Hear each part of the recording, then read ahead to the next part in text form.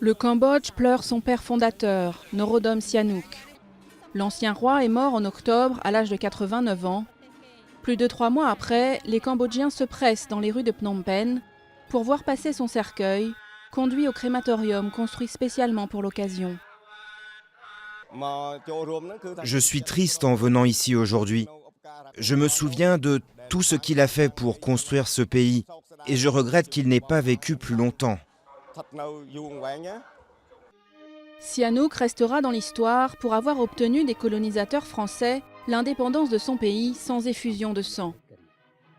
Tour à tour Premier ministre, chef d'État, monarque, pendant plus d'un demi-siècle, il a marqué de sa voix haut perché la scène internationale et la vie de son pays. Mais s'il a présidé à l'âge d'or du Cambodge dans les années 50 et 60, il avait aussi un côté sombre. Le prince des ténèbres correspond à l'homme qui avait une police secrète omniprésente, durant sa période de pouvoir jusqu'aux années 70, et particulièrement dans les années 50 et 60, au sein du Cambodge indépendant. Même s'il n'a personnellement exécuté personne, il a certainement présidé à l'exécution, en grande partie de façon clandestine, de ses adversaires. Sa décision la plus controversée reste son alliance avec les Khmers rouges.